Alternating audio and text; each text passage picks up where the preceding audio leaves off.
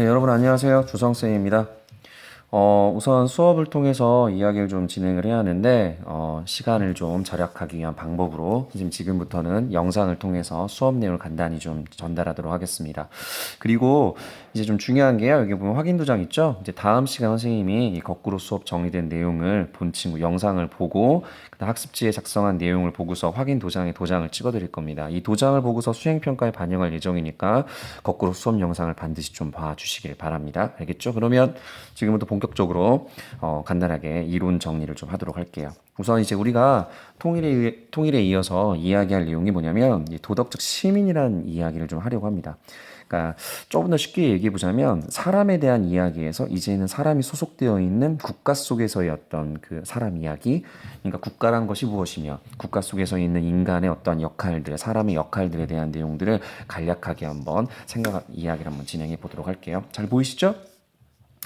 자, 우선 첫 번째로 얘기할 건 이제 국가에 대한 얘기를 좀 하려고 해요. 우선 여러분 잘 알고 있죠, 이 사람이요. 네, 안 나오는 데가 없죠. 아리스토텔레스라는 사람이에요. 이 사람이 했던 유명한 말들이 너무나도 많습니다. 뭐 니코마코스 윤리학이라고 해서 이 아리스토텔레스가 작성한 책에 보면 이 사람의 사상을 좀 알 수 있는 것들이 있는데 여기서 좀 얘기하고 싶은 게 뭐냐면 이 아리스토텔레스라는 사람이 했었던 말 중에 이런 말도 있습니다. 인간은 정치적인 동물이다라고 이야기를 해요. 이게 어떤 얘기를 좀 하고 있냐면 이 정치라고 하는 걸 너무 어렵게 생각하지 마시고 결국에 혼자 있으면 정치는 어려운 거잖아요. 무엇이 옳은지 그른지 사람들과 함께 자신의 생각을 연합하기도 하고 공유하기도 하는 이런 정치적인 활동들이 사실은 인간이라면 본능적으로 할 수밖에 없다라는 겁니다. 그리고 이것이 본능적으로 이렇게 정치적인 동물이다 보니 그래서 만들어지는 것이 공동체가 만들어진다는 거죠. 그러니까 선이나 악, 그러니까 옳음과 그름에 대한 공통적인 어떤 생각을 가지고 있는 사람들의 어떤 대규모 집단들이 만들어지는데 이 대규모 집단이 바로 국가라는 겁니다. 그래서 이 아리스토텔레스의 이 생각을 토대로 해서 이 국가가 어떻게 어떠한 역할을 하는지에 따라서 어떻게 국가의 모습이 나뉘는지에 대해서 간단히 좀 이야기를 좀 할게요. 우선 여러 가지로 이야기를 할 수가 있는데 이제 국가의 유형이 우선 두 가지로 나눌 수가 있습니다. 여기 보면 첫 번째 소극적 국가와 적극적 국가입니다. 이 제목에서 보이는 것처럼 그 국가의 역할에 따라서 좀 약간 좀 다르게 이름을 좀 지었습니다. 그러니까 소극적 국가와 적극적 국가. 생각해 보기에도 이 적극적 국가가 훨씬 더 국가의 다양한 일들을 할 것 같은 느낌이 들죠. 네, 정확합니다. 왜 이런 일들이 벌어지는지 지금 특징부터 해서 장단점으로 한번 확인해 볼게요. 자, 우선 소극적 국가라는 건 국가의 역할이 좀 제한되어 있어요. 왜냐하면 국가의 역할이 늘어나게 되면 그만큼 무엇을 침해하는 것이냐면 개인의 자유를 침해하기 때문입니다.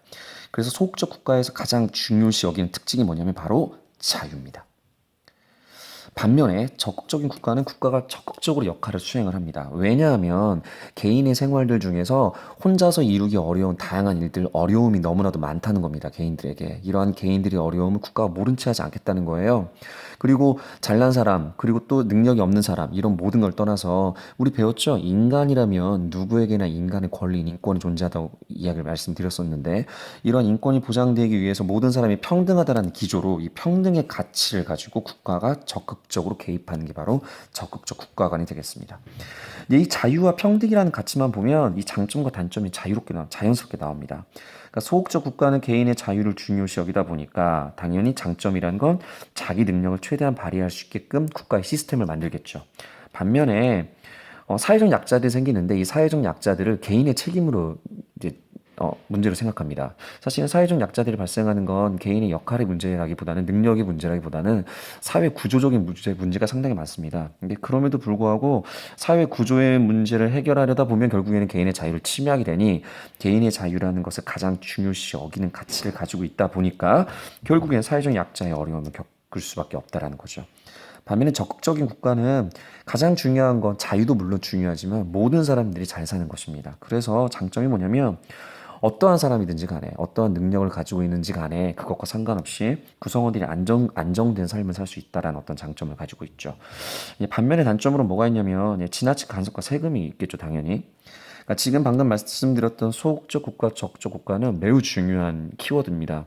사실 무엇이 좋은지는 얘기하기가 어려워요. 좋다 나쁘다라고 말하기는 매우 어렵습니다. 다만 현재 국가들이 또는 개인들이 가장 중요시 여기는 다양한 가치들이 있는데 그중에서 소극적 국가는 자유라는 것을 중시하고 적극적 국가는 평등이라는 것을 중시한다는 것을 좀 기억해 두시면 될 것 같습니다. 2번은 간단하게 개념이라서요. 개념만 한번 체크하고 넘어가겠습니다. 두 번째는 국가라는 기관이 단순하게 자유와 평등만 중요시 여기는 게 아니라 다양한 사람들과 함께 살아가다 보니 중요시 여겨야 될 다양한 가치들이 있겠죠. 그거는 6가지 정도로 정리해 놨어요. 뭐 자유, 평등, 인권, 정의, 평화, 복지 이러한 내용들이 있습니다. 이 내용들은 한 번씩만 읽어보시고 이 내용을 보고 어떤 것에 대한 설명인지 정도만 이해만 하시면 될 것 같습니다. 3번으로 넘어가겠습니다. 세 번째입니다.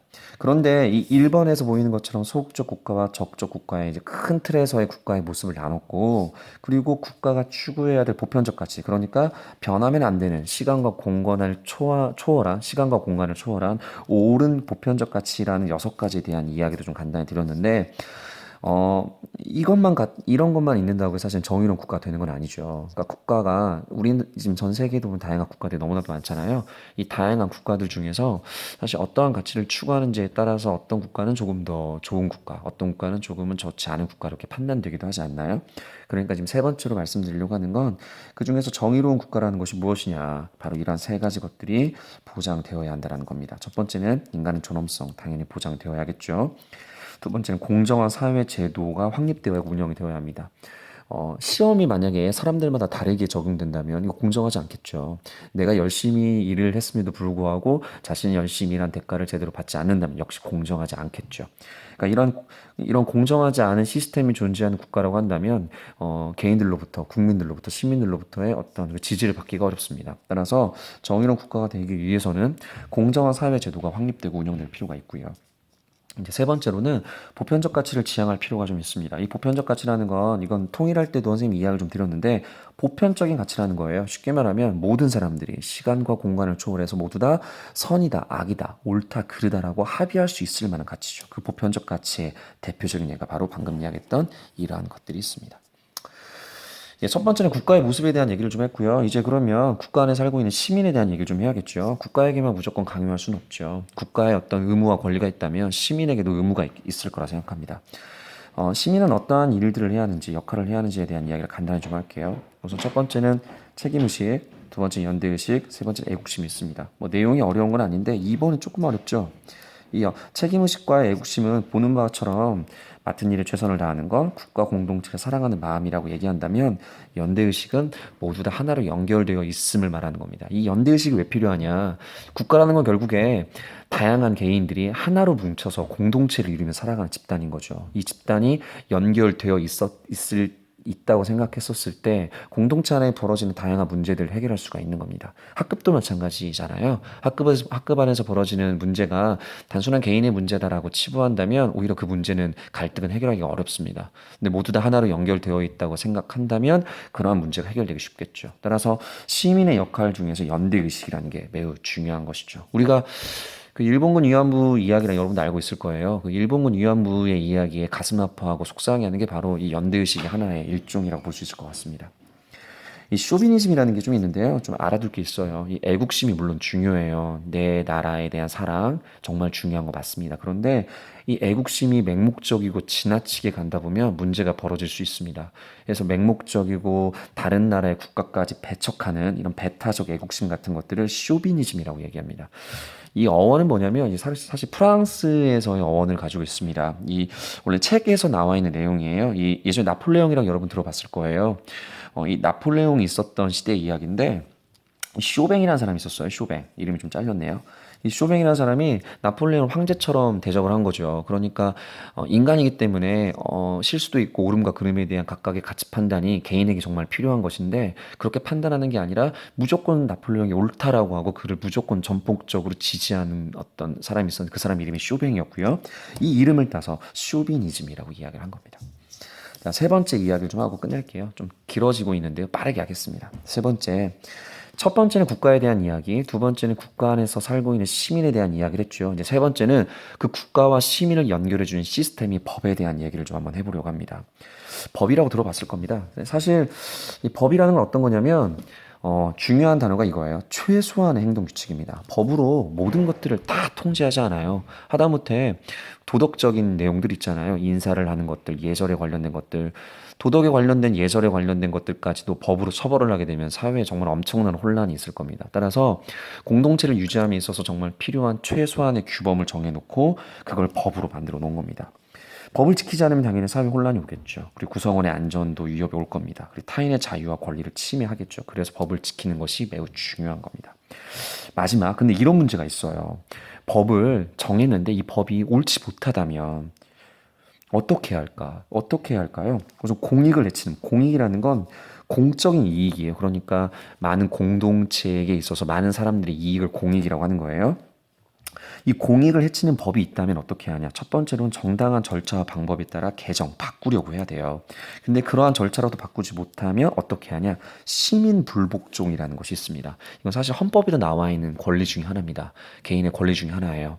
잘못된 법에 대항할 수 있는 하나의 방법인 거죠. 이 시민 불복종이 어디에서 나왔냐면, 이제, 네.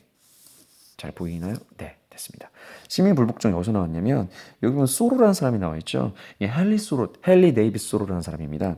미국의 정치 철학자고요. 소설가, 작가이기도 합니다. 생태주의로도 상당히 유명한 사람이고요. 이 사람이 어떤 식의 시민 불복종을 이야기했냐면 이게 19세기 중반이에요. 19세기 중반에 미국에 여러분도 알겠지만 노예제도가 실제 있었습니다. 이 노예제도가 있었는데 이 노예제도의 부당함을 지적하면서 잘못된 정책을 시행하고 있는 국가에겐 세금을 낼 수 없다라고 이 사람이 이제 시민 불복종을 했죠. 그러니까 여기에서 출발을 한 겁니다. 그래서 이 소로 이야기를 보는 것처럼 결국에 이 사람은 처벌을 받아요, 나중에.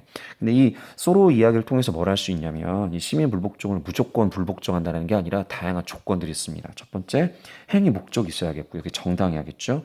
폭력을 사용하면 안 되며 절차와 방법을 다 했음에도 불구하고 다 되지 않는 최후의 수단이며 마지막 처벌을 감수해야 한다는 겁니다. 간단하게 1번부터 3번까지 내용을 좀 말씀 좀 드렸고요.